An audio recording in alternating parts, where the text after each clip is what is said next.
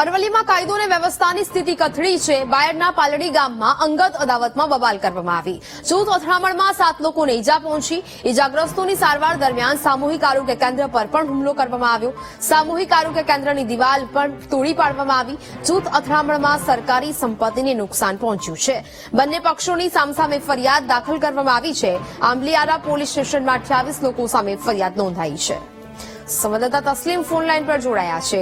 તસ્લીમ, અરવલ્લીમાં જાણે કે કાયદો અને વ્યવસ્થાની સ્થિતિ કથળી હોય તેવા દ્રશ્યો સામે આવી રહ્યા છે। ફરી એક વખત બબાલની ઘટના સામે આવી, શું મામલો?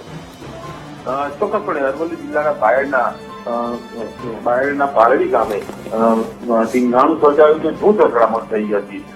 તેની અંદર 7 જેટલા લોકો ઘાયલ થયા હતા। આ ઘાયલ લોકોને સામૂહિક આરોગ્ય કેન્દ્ર ખાતે નજીક લઈ જવામાં આવ્યું। ત્યાં પણ પથ્થરમારા જેવી ઘટના ઘટી હતી, દિવાલ તોડી નાખવાની જેવી ઘટના ઘટી હતી। એટલે ચોક્કસ કાયદો અને પરિસ્થિતિ વણસી હોય એવો માહોલ સર્જાયો હતો।